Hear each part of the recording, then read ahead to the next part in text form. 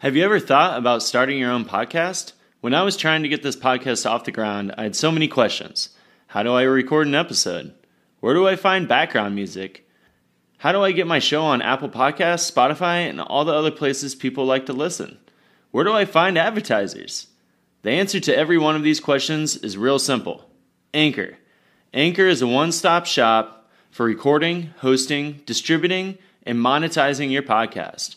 And best of all, it's 100% free and 100% ridiculously easy to use. So if you've always wanted to start a podcast, go to anchor.fm/start to join me and the diverse community of podcasters already using Anchor. That's anchor.fm/start. I can't wait to hear your podcast. Hey there, this is Denis Sunshine Bauer from Better Leaders, Better Schools, and the School Leadership Series, a proud member of the Education Podcast Network, just like the show you're listening to right now.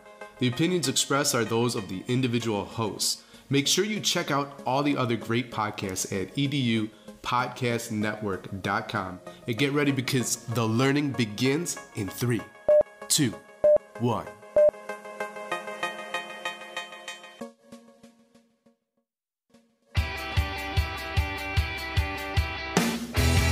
Welcome to the Instant Relevance Podcast. The Instant Relevance Podcast is an educational podcast featuring the latest news and resources to make learning relevant for all students.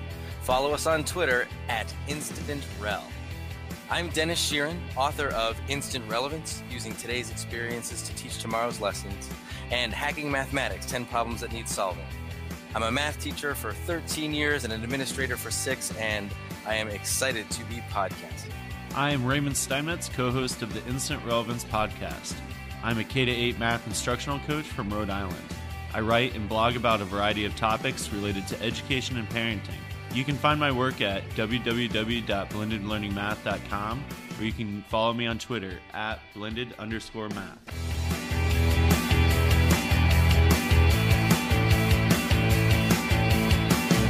Welcome to episode 11 of the Instant Relevance Podcast. We have a great guest and interview for our listeners today. Denis and I interviewed STEM teacher, speaker, author of Codebreaker and the upcoming book Blockbreaker, Mr. Brian Aspinall. Thank you again for listening to the podcast. Please rate us and follow us on iTunes, and don't forget to follow us on Twitter at InstantRel. Without further ado, here's our interview with Mr. Brian Aspinall.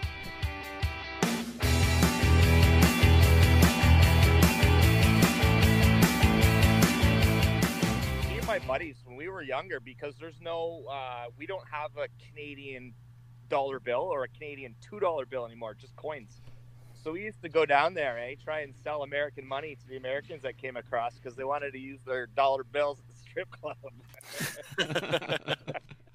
Entrepreneurs we were when we were students. Never miss an opportunity. We are excited to have our guest on the Instant Relevance Podcast today, Brian Aspinall, who is an educator, an author, a coder, and a maker who has been doing massively exciting things and sharing with the world. I would love to see what he's been doing, and he's been traveling around speaking to audiences, to kids, to teachers. I'm excited to hear a little bit more about what's new in his life and in his career and what has been his passion as of late and how it connects to what's relevant in his own teaching and learning. And I just heard from him that he is in Windsor, Ontario, Canada, which, I'm thinking Canada. He's pretty far away, way up there in the middle of nowhere. But it turns out that Windsor is 30 minutes south of Detroit, but in Canada. So it's just a reminder for me that I am not up on my U.S. geography. To be, and it is about time for me to brush back up on that. But Brian, welcome to the show, and I'm excited to hear a little bit more about you. So why don't you share with our audience some of what you've been up to lately and some of what's been exciting you as you move forward. Thank you so much for having me on here. Yeah, the Windsor-Detroit border is one of the most popular Canadian borders. I live just outside Windsor, about 20 minutes outside the city. These days, I just wrapped up my second book. I'm really excited. We've got Hour of Code on the horizon, so my calendar is completely maxed out. And it's been really inspiring to watch this grow over the last 5 or 6 years, this Hour of Code movement. But I would like to remind everybody out there that it is actually Computer Science Education Week. I know it's kind of taken on Hour of Code, but lots of ways that educators can get involved in the next couple of weeks, and that's got me really excited these days. That's great to hear. Any preview on what the new book's going to be about? Absolutely, yeah. So almost an unofficial sequel to Codebreaker. The second book is called Blockbreaker, and it focuses on 21st century tools and technologies.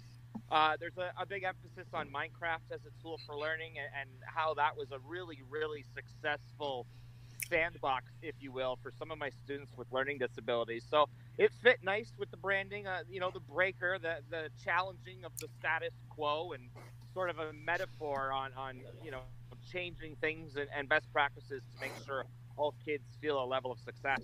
And Brian, you and I have connected in the past. I'm as the author of Instant Relevance. One of my major passions is finding those opportunities that kids are naturally passionate about or teachers are naturally interested in, and then extracting really valuable lessons and learning opportunities from them.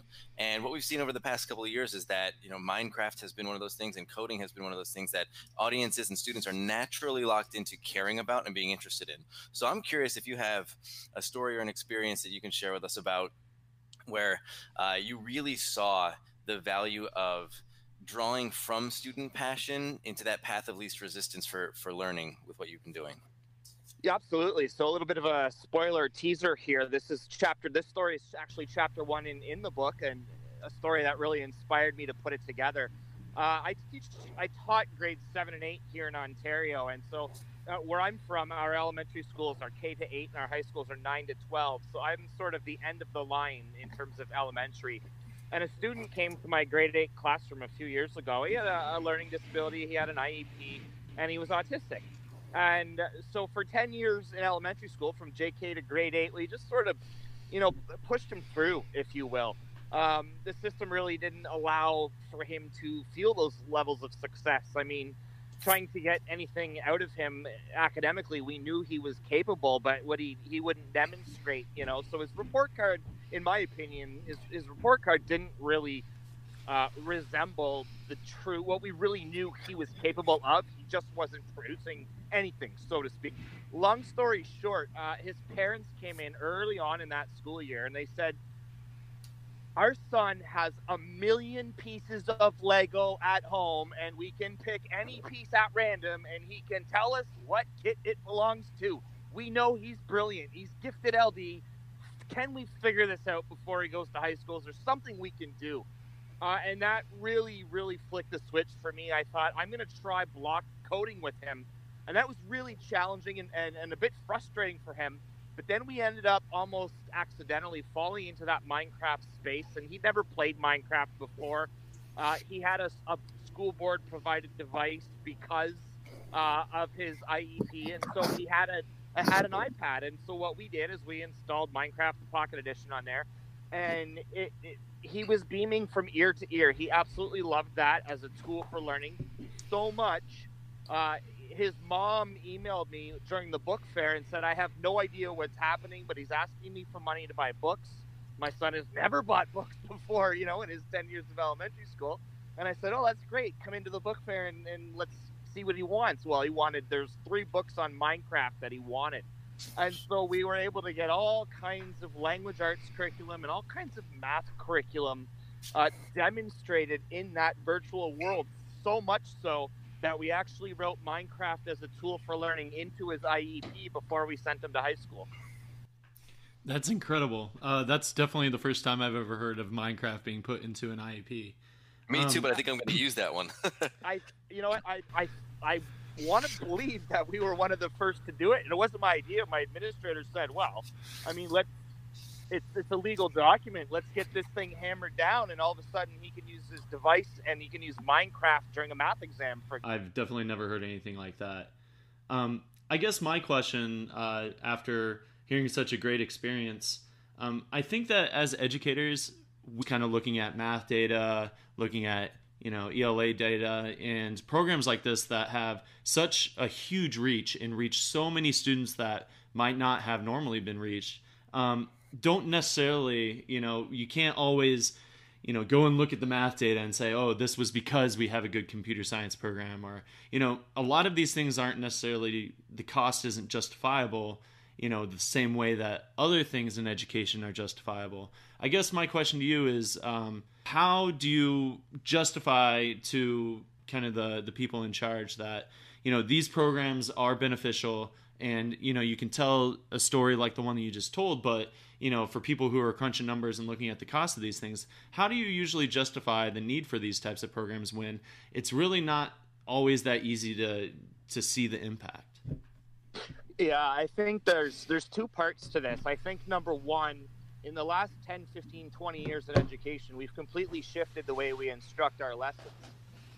That's a generalization. I mean, project-based learning has been around forever, but when you actually look at what's happening in education, it's really moved tremendously in a very short period of time, but we've done absolutely nothing to change our evaluation practices. We've got the throwing out grades movement, which is a wonderful thing, focusing on feedback, but until we change anything at a system level, worksheets will prevail because they're very, very easy to mark. At my former school, we decided to go gradeless. I mean, we have to do report cards, but we stopped putting grades on kids' work, and we stopped caring about data, because you could worry about data till you're blue in the face, and there's so many variables to consider and bias and all of those pieces connected to standardized testing that we said, let the data be the data. If we have engaged kids, then I'm optimistic our data is going to go up. So we just stopped talking about that, and that made people feel comfortable that they no longer had to fill a mark book per se. They recognized that feedback on a Google Classroom or a Google Doc was okay, and that you could quantify that at a later date. And so the more we stopped caring, so to speak, about the grades and focusing solely on kids moving, we had this idea that if you never tell a grade 2 student they're a level 2 in math, maybe they won't grow up and hate math, as long as you just keep them moving. And so the more and more we started to do that, the less and less we started photocopying. And as goofy as this sounds, when I started at that school, we had a $15,000 a year printing budget. That's ink, paper, X, Y, and Z. Teachers are given their stack of paper, and they can only use that for the year. And, teachers are stealing paper from other teachers. And if they find it in the photocopier, man, that was a gold mine, especially if you found the yellow paper, because that's really expensive. So anyway, we went from $15,000 a year printing costs in 3 years' time to $3,000 a year. So we'd end up saving almost $10,000 a year for the first 3 years of this program, which allowed us to purchase technology, which is a more sustainable approach. Your printing budget's good for 1 year. You school iPads, well, you might get 3 years out of them, and all the apps that we continue to put on there. And what happened here is we started to use the kids. I don't want to say use the kids, but it became that grassroots movement. Our neighboring schools started to hear about it. Our high school started to hear about it. And over the course of 5 years after we had implemented this, our high school that we fed to was reporting to us that it was our former students that were now the leaders of their building when compared to the 3 or 4 feeder schools that were there. And when we surveyed the students about it, they felt that tools, like Scratch, like Minecraft, allowed them to become those independent problem-solving risk takers. So we had this idea that there's too much risk in not getting the grades. So why don't we remove the grade from the kids' work and focus solely on exactly what they're doing? Now, that was about 5 or 6 years. That was about a 5 or 6 year plan, but it really, really allowed us to have really deep pedagogical conversations about why. Why are we photocopying these worksheets versus why are we using Minecraft as a tool for learning? And we had, of course, our own anecdotal sort of concrete evidence. So I think what you just said is really important to think about too. I get a lot of conversations with teachers about, we can't drop grades right away. Our kids need grades. Colleges need grades for all this stuff. And it's a reminder that, you can. There are things that you need to understand that you're not just going to stop measuring what kids are learning. You're going to do it through a different lens, and it's going to take time. This is a process that we should map out and plan out and think about. And you made a really cool intentional or accidental shift backwards when you said that we just kind of let the data speak for itself and forget the data, which is interesting because you hear the phrase data-driven instruction all the time. And that's kind of leading the way in a lot of places. But what you're advocating for in a positive way is like instruction-informed data. Just the data's on the backside. It's just telling us what we're doing, and it's telling us what our kids know. And so that's great. And so instead of using it up front all the time to try to constantly push forward on those numbers, it makes a big difference in our kids' mindsets when they think, I'm just learning things and this is exciting, and if I can learn through this way, I'll be able to do it. And my own kids play Minecraft all the time. My son's super into Roblox. I don't know if you've been on that one yet, but Oh yeah. those are free games. He doesn't have to pay a thing for them. So to even jump back to what Raymond asked, it's not everything has a need for a cost. Table super fast. I'm like, hey, that's an entry level job they can do right there if they can count real quick. So what do you see is something that you'd like to change, or something that you've been thinking about that really is a movement you'd like to go towards in math education? Yeah, math in particular is that one goofy spot where I was guilty of evaluating it completely differently than any other class that I taught. So being a grade 7 and 8 teacher, I was a homeroom teacher who taught all subject areas. And math was the only area where I would score kids based on a quantity of correct answers. And as a phys ed teacher, I also thought, okay, wait a second. I don't put all my kids on the foul line and grade them based on how many foul shots they're going to make out of 10, because they're all going to fail. So why am I doing the same thing in math? And I also think that our approach to math instruction is often kids who can recall math facts quickly and accurately are good math students. And I think we have to redefine math student. And I don't even want to use the word good as an adjective, because it implies we have a bad math student, and that's not the message I want to send. We have a classroom fix quickly isn't really going to put them any further ahead than the next student who can't but knows how to pull it up on the phone just as quickly, so to speak. So I think it's our evaluation is the biggest shift that needs to occur, particularly in a math classroom. And I know I'm going to take some heat for this. There's a lot of people out there that are pro data and pro repetitive rote learning in math. But, we learn to spell so that we can write words, so we can write sentences, so we can write poetry. And multiplication tables are important, but let's use that to find the volume of the cylinder of the drain tube at the end of my road that goes into the beach, because it keeps plugging with sand. There's an authentic task I want my grade 8s to solve. Something that you just said really kind of hit to the core of something that I'm kind of trying to change district-wide now that I'm a K-8 math coach. Just so you know, I also taught 7th and 8th grade math for a very long time. And, there's all these ancillary math activities like computer coding, you have robotics, you have, science, and some of the great things you do in science class. And I feel like math as a subject is kind of left over with like just these procedural kind of standards that are just taught. You have to know these standards. You have to know these standards. And all the kind of cool ancillary things that you do with math are kind of shoved off in different classes and different experiences. And math kind of is kind of left with all the stuff that's quote unquote kind of boring to teach. When, we could, open the gates of it and open it up a little bit and treat it a little bit more, less like you said, like a memorization subject, and more like an application subject. Tell me, how can you apply this? Do a little bit more project-based learning. To be very honest, you can have kind of this mantra and everything, but you have some math teachers, especially kind of as you're going up in grades, that are firmly rooted in front of that room.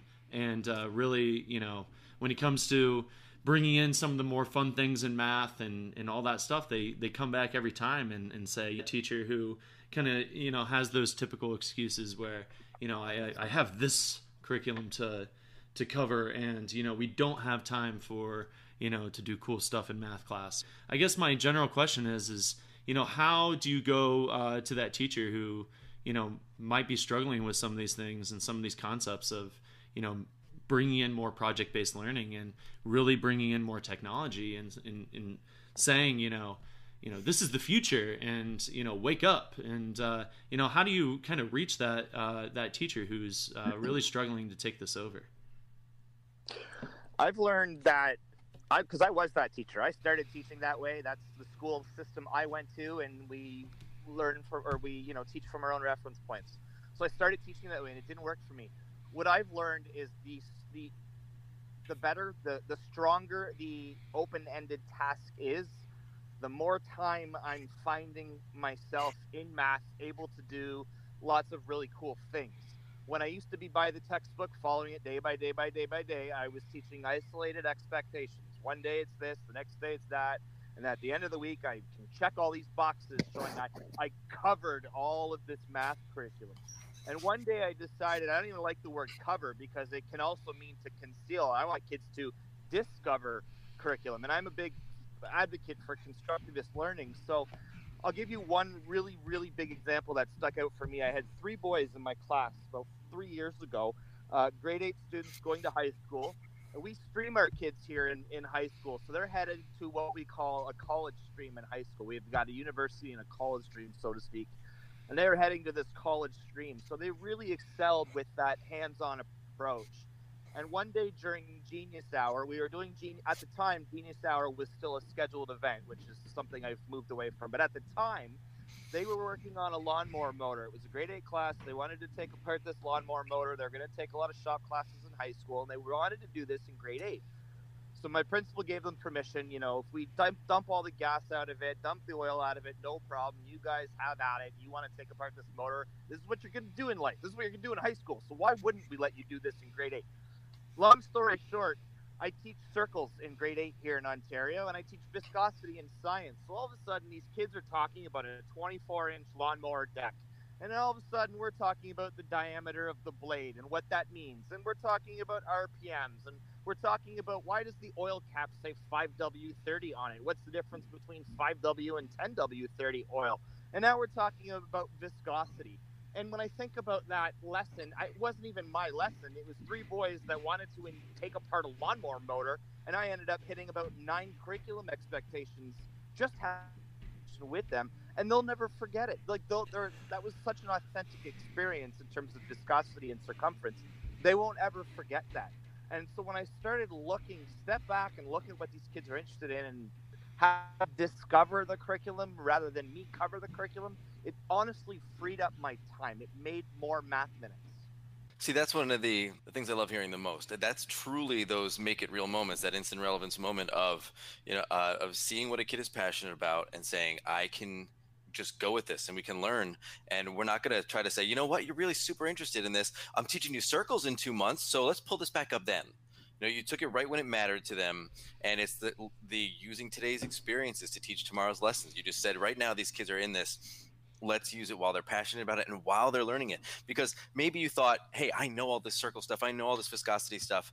And some teachers will be in your position and say, this is going to be great. And then all of a sudden they're just like throwing learning at the kids. They're throwing lessons at them. They're throwing more practice, more problems. Like, no. You're getting ahead of the game. You need to somehow partner alongside with these kids as they're learning, as they need this, as they reveal it. And with that situation, like taking apart a motor, that's what's exciting about it is it's not like you unscrew one thing and then all of a sudden all the parts are on the floor in front of you. It's procedural. It's one piece at a time. It's taking its time to get through. And so it slows down their need to learn something about the next piece, something about the next question, because it's built into a slower process. And I am trying, and I'm looking for that opportunity here in the States as much as I can, in my districts as I work, to find those locations where we can say to teachers are ready to say to kids, we're going to separate testing, learning, our class time, our restrictive school schedule, and say, these are the things we need to learn. And we are all here to help you learn these things when it is, most interesting and most appropriate and most, sequential to work this way. And we can have kids learn through what they're thinking, what they're interested in more and more, and less about that, the memorization of facts. It goes to what you said the last time about, you learn words so that you can write poetry. And that idea of math fluency is being able to quickly recall facts, which it's not.